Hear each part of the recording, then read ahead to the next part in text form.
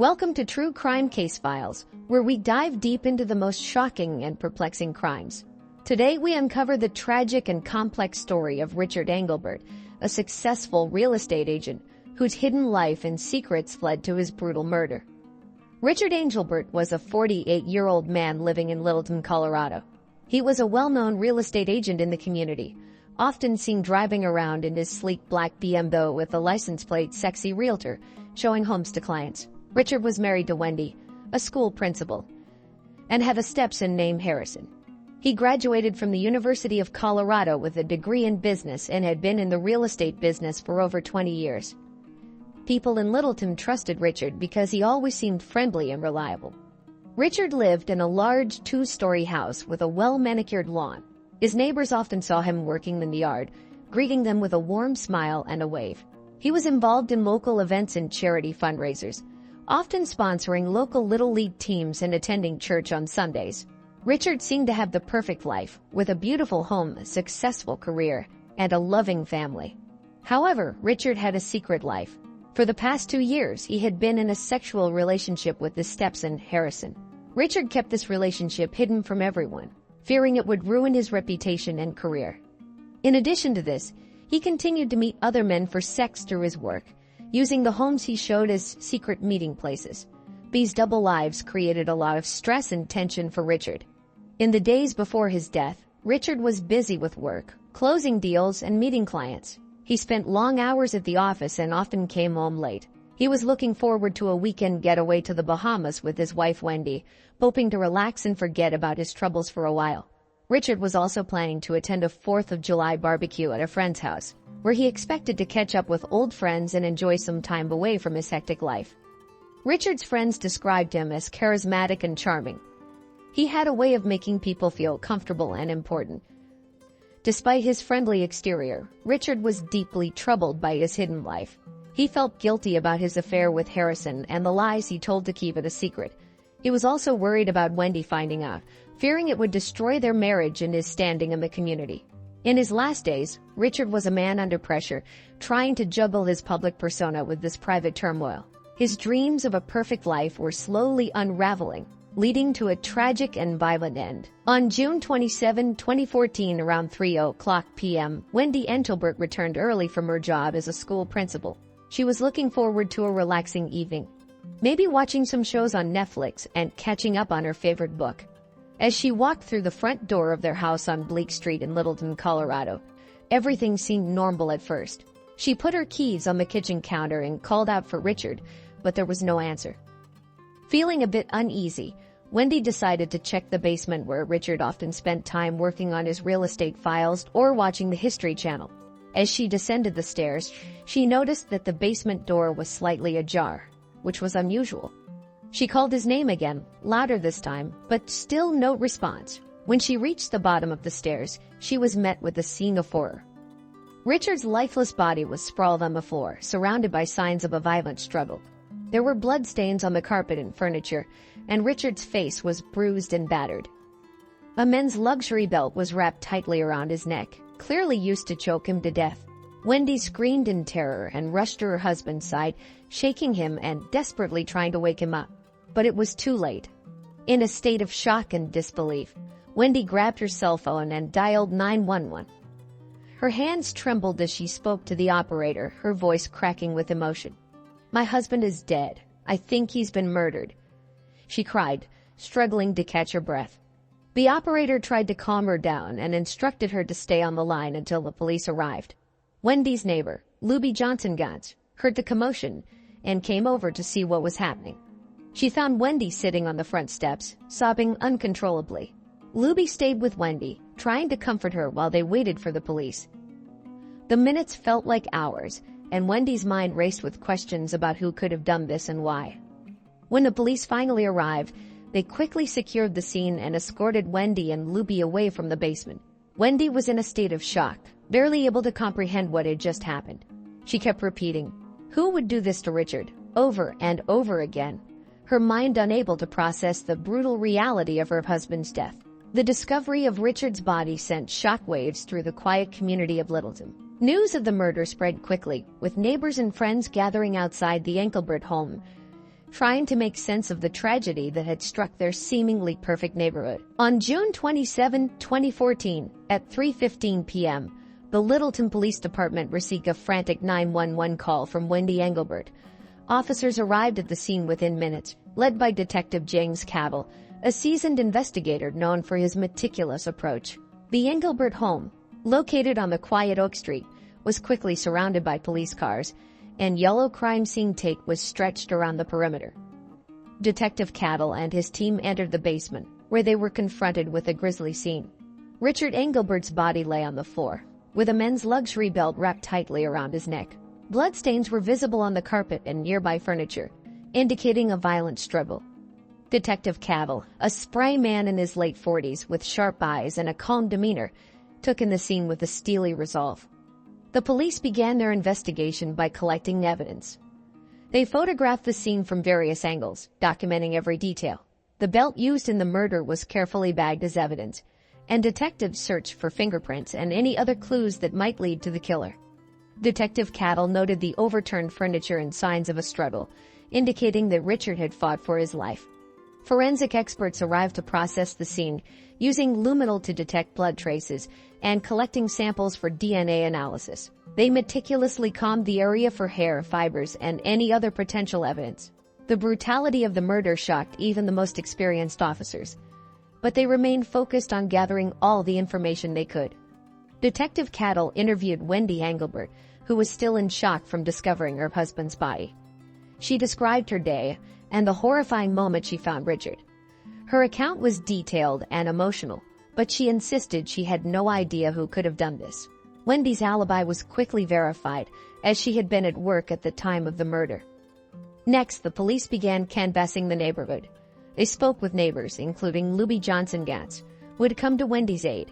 Sarah described hearing Wendy's screams and finding her on the front steps, distraught and incoherent. Other neighbors mentioned seeing Richard earlier in the day, but nothing seemed out of the ordinary.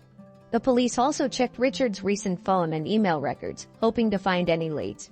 They discovered several suspicious messages and calls, suggesting that Richard had been meeting with various men for illicit sex. This revelation added a new layer to the investigation, pointing to potential motives related to Richard's hidden life. As the day turned into evening, the police continued their work, determined to find the person responsible for Richard Engelbert's brutal murder. The scene was cleared, and Detective Cabell and his team reviewed the evidence collected, preparing for the next steps in their investigation. The community of Littleton watched anxiously, hoping for answers and justice for Richard Engelbert. The first suspect in Richard Engelbert's murder was his wife, Wendy Engelbert. Wendy, 47, was a respected school principal in Littleton, known for her intelligence and strong personality. She had been with the school district for over 15 years and was heavily involved in community activities. Her colleagues described her as dedicated and authoritative, always striving for excellence. Wendy was brought in for questioning the day after the murder, on June 28, 2014. Detective James Cabell led the interrogation, trying to piece together her actions and emotions. Wendy appeared exhausted and distraught, but she answered questions calmly. She recounted her day at work and the horrifying discovery of Richard's body when she returned home. Despite her composed demeanor, Wendy's anger and confusion were evident. She expressed disbelief and frustration over the affair, insisting she had no idea Richard was sexually involved with other men. The revelation of the affair added tension to the interrogation, as Detective Cabell probed deeper into Wendy's feelings about her husband's betrayal. Detective Cabell asked Wendy about her relationship with Richard. She admitted they have a strong partnership, but mentioned that they had faced some challenges recently. Wendy claimed she was unaware of Richard's secret life. She explained she had recent ski injury which had caused her difficulty in reading people's actions, and suggested this might be why she missed any signs of Richard's double life. Wendy's alibi was solid. She had been at the school all day, attending meetings and preparing for the upcoming school year. Colleagues and security footage confirmed her presence at work during the time of the murder. Nonetheless, her connection to the victim made her a person of interest. Detective Cabell also explored Wendy's possible motives. Her reputation and career were crucial to her, and Richard's affair threatened both. However, Wendy firmly denied any involvement in the murder, maintaining her innocence throughout the questioning. She was cooperative and provided all requested information, including access to her phone and emails. The police conducted a thorough search of the Engelbert home, looking for any evidence that might link Wendy to the crime. They found nothing incriminating, reinforcing her alibi and statements. Still, the detectives remained cautious, aware that emotions could drive even the most rational individuals to commit desperate acts. Wendy was released after several hours of questioning, but she remained under scrutiny as the investigation continued. The police kept a close watch on her, monitoring her interactions and movements while they explored other leads. The murder of Richard Engelbert was proving to be a complex case, with layers of secrets and motives slowly unraveling. Harrison Engelbert, Richard's 21-year-old stepson, was the next suspect. Harrison was a college student and part-time bartender, known for his troubled past. He had been in and out of rehab and 12-step programs as a teenager. Despite these challenges, Harrison was determined to turn his life around and was pursuing a degree in psychology at a local community college. On June 28, 2014, Harrison was brought in for questioning. Detective James Cattle, aware of the sensitive nature of Harrison's relationship with Richard, approached the interrogation with caution. Harrison appeared nervous but cooperative, willing to share his side of the story. Harrison admitted to the police that he had been in a secret sexual relationship with his stepfather for the past 2 years.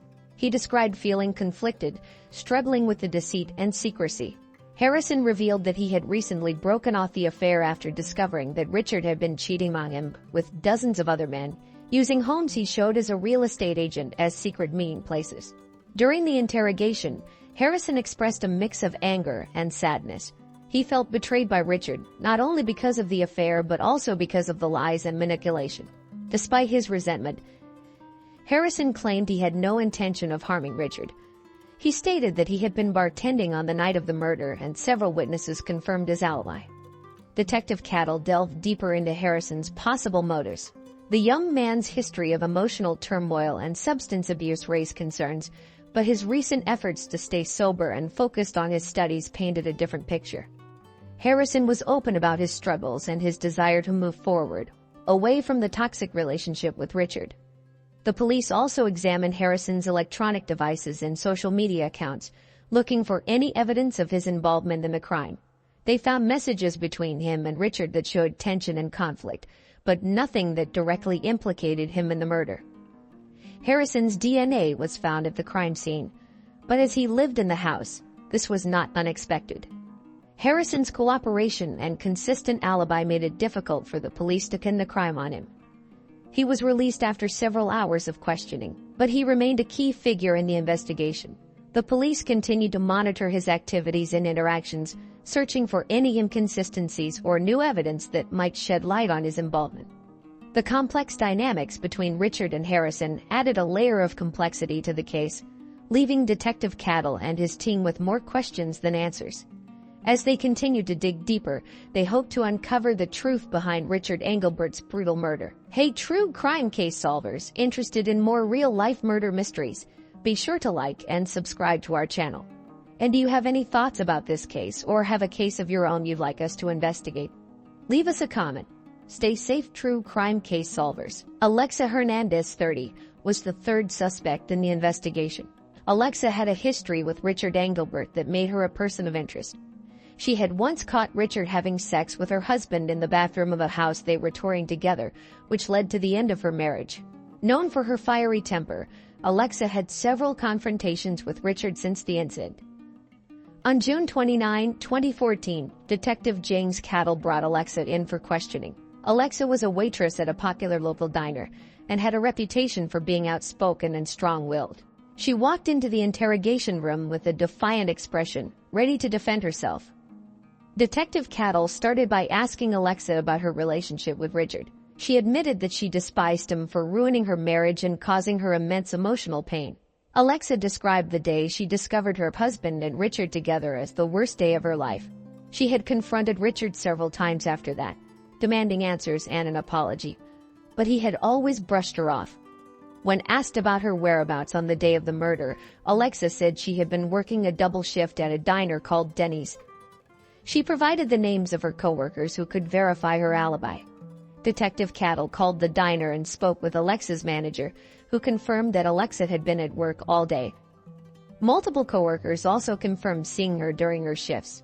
Despite her solid alibi, Detective Cattle explored Alexa's possible motives further. Her intense anger toward Richard was evident, but she insisted she had moved on and was focusing on rebuilding her life. Alexa shared that she was taking night classes at a local community college, hoping to become a social worker and help others who had gone through similar struggles. The police searched Alexa's home and car, looking for any evidence that might link her to the crime. They found nothing suspicious or incriminating. Alexa's phone records and social media activity showed no contact with Richard in the weeks leading up to the murder. Throughout the interrogation, Alexa remained calm and composed, despite her obvious disdain for Richard. She answered all questions directly and showed no signs of guilt or deception. Detective Cattle noted her cooperation and honesty, but knew they had to keep all possibilities open. After several hours of questioning, Alexa was released. The police continued to monitor her, aware that her past with Richard made her a potential suspect. However, her alibi and lack of evidence made it difficult to tie her to the crime directly. The investigation into Richard Engelbert's murder grew more complex with each interview. Detective Cattle and his team were determined to uncover the truth, but the web of secrets and lies surrounding Richard's life made their task increasingly challenging. They pressed on, hoping to find the piece of evidence that would finally reveal the killer. On July 3, 2014, the investigation took a dramatic turn. It was a hot summer day in Littleton, Colorado, with temperatures reaching the high 80s. Around 10 o'clock a.m., Detective James Cattle received a call from the forensic lab. They had found crucial new evidence while re-examining items from the crime scene. Among Richard Engelbert's belongings was a small hidden camera disguised as a smoke detector installed in the basement. Detective Cattle and his team immediately retrieved the footage. The camera had recorded the basement's activities for the past few weeks, capturing Richard's secret meetings and interactions. As they reviewed the footage, they discovered a recording from the day of the murder. The video showed a heated argument between Richard and his stepson, Harrison Engelbert. The argument quickly escalated into a physical struggle. In the video, Harrison grabbed the luxury belt from a nearby chair and used it to choke Richard in a fit of rage. The footage captured the entire incident, providing undeniable evidence of Harrison's involvement in the murder. The teen was shocked by the brutality and clear motive behind the act: anger and betrayal. With this new evidence, Detective Cattle contacted Harrison and asked him to come in for further questioning. Harrison arrived at the station, unaware of the video evidence against him. During the interrogation, Cattle confronted him with the footage. Harrison's demeanor changed instantly. His initial calmness turned to panic and desperation. Realizing he had been caught, Harrison broke down and confessed. He explained that he felt trapped in the relationship with Richard, manipulated by both his stepfather and his mother, Wendy. The constant deceit and Richard's infidelity had pushed him to his breaking point. Harrison admitted that, in a moment of uncontrollable rage, he had killed Richard to free himself from the suffocating situation. Detective Cattle carefully documented Harrison's confession, ensuring every detail was recorded. The new evidence, combined with the confession, left no doubt about Harrison's guilt. The police now had a clear picture of the events leading up to Richard Engelbert's murder and the complex web of secrets and lies that had surrounded the case. On July 4, 2014, just before noon, the Littleton Police Department made a decisive move. With Harrison Engelbert's confession and the incriminating video evidence, Detective James Cattle and his team were ready to arrest him for the murder of Richard Engelbert. Harrison, 21, a college student and part-time bartender, had been living a life of turmoil and confusion. Despite his attempts to overcome his troubled past, the intense emotional pressure from his affair with his stepfather and his mother's manipulations had driven him to a breaking point. The police learned that Harrison, overwhelmed by feelings of betrayal and manipulation, had killed Richard in a fit of rage. On the day of the arrest, Detective Cattle and several officers arrived at Harrison's apartment. They knocked on the door, and Harrison, looking pale and exhausted, answered. He was handcuffed and read his rights. Harrison seemed resigned to his fate, showing little emotion as he was led to the police car. The neighborhood was quiet, but a few curious onlookers watched as the scene unfolded. Back at the station, Harrison was formally charged with the murder of Richard Engelbert. Detective Cattle conducted a final interview to document all the details of Harrison's confession. Harrison reiterated his feelings of being trapped and manipulated by Richard and pressured by his mother, Wendy. He described the events leading up to the murder, including the violent argument that had escalated into the fatal attack. Wendy Engelbert, Richard's wife and Harrison's mother, was also brought in for questioning. The investigation had revealed that Wendy had known about the affair for months and had pressured Harrison to continue it.